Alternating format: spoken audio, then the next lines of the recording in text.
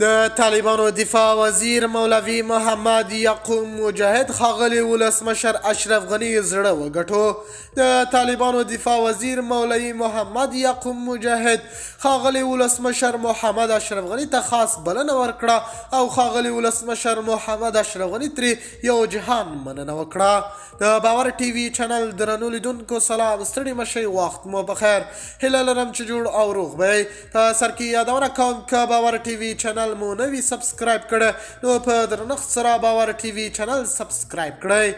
ښاغلی غني وایي نن مې تعبیر په حقیقت بدل شو.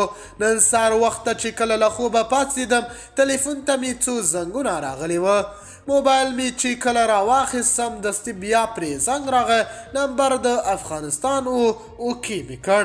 د جوړتازه نه وروسته مې ترې وغوښتل وبخئ څوک یاست. ځواب یې راکړ د افغانستان منتخب دفاع وزیر یعقوب یم. ریکارډ مې شروع کړ. ځواب مې ورکړ وزیر صاحب جوړ په خیر یاست. ویل شکر دی ستا صحت د الله جل جلاله څخه غواړو. د جوړتازه نه وروسته راته ویل ډېر په تمنا مې زنګ در وهلی او ګران افغانستان ته درته د راتګ بلنه درکوم. راشه او په ګډه د افغانستان په آبادۍ کې را سره برخه واخله. پر تاسو د بیت المال پیسې مصرف شوي باید حق ادا کړئ. تاسې ته افغانستان ضرورت لري. راشه خپل هیواد ته او ستا هره قسمه ضمانت درکوم. د مخکې په توپیر به څو چنده ستا زیات احترام او قدر به مو وي.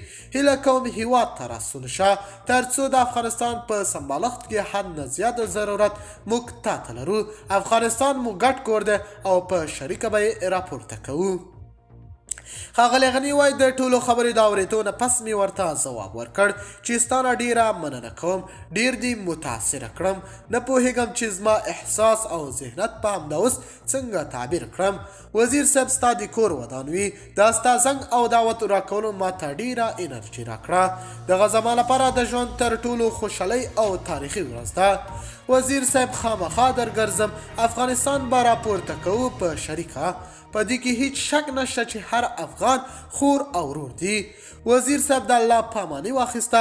په وروستیو راته کې وویل د وخت د نیولو راته بخښه کوه. د الله پامان.